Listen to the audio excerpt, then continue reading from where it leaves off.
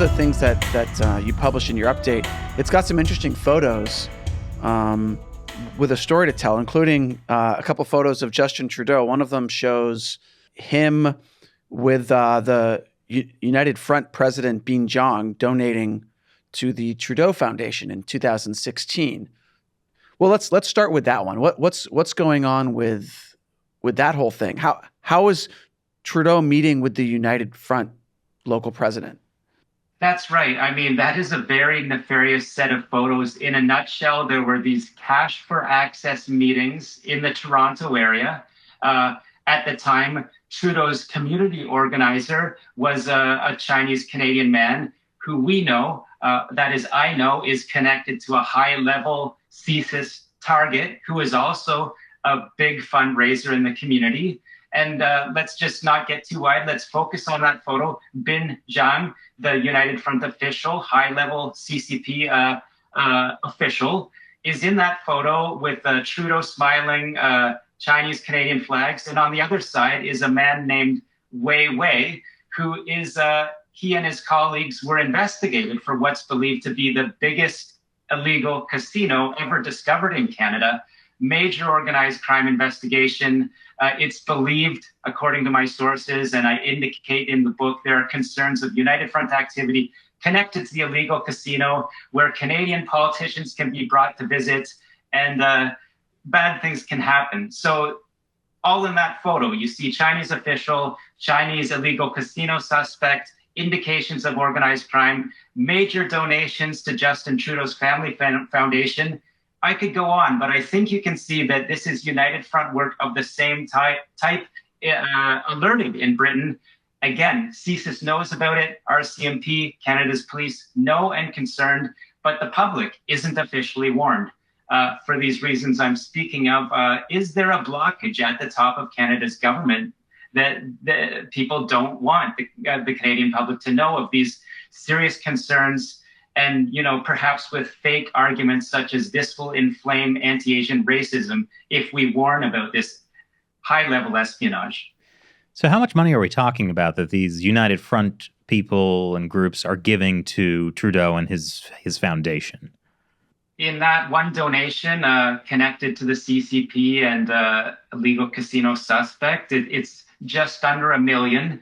Well, that's not that much, right? I mean, not for Trudeau.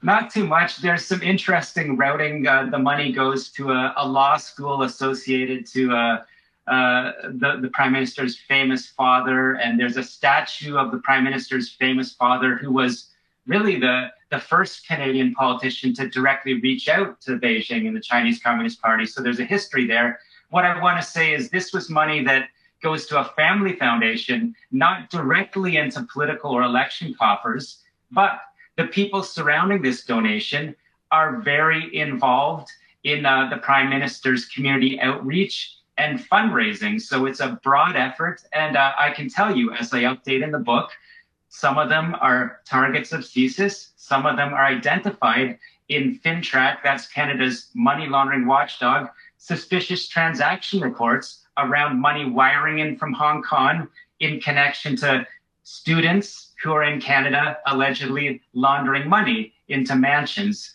So if you're following me, these are a lot of the themes that my book is about.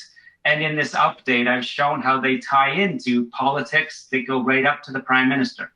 Now, I mean, you call your book Willful Blindness. To me, I'm hearing this, I'm seeing these photos. To me, it sounds more like Trudeau is just, he's a traitor to the Canadian people. Am I wrong in thinking that? Well, I guess we need to be careful with some deniability.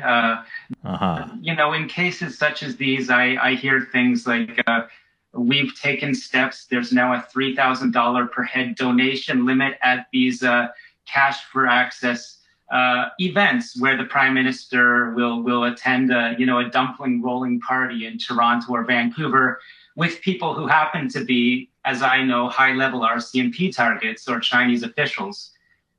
So people will say the Prime Minister isn't responsible for vetting everyone at these events.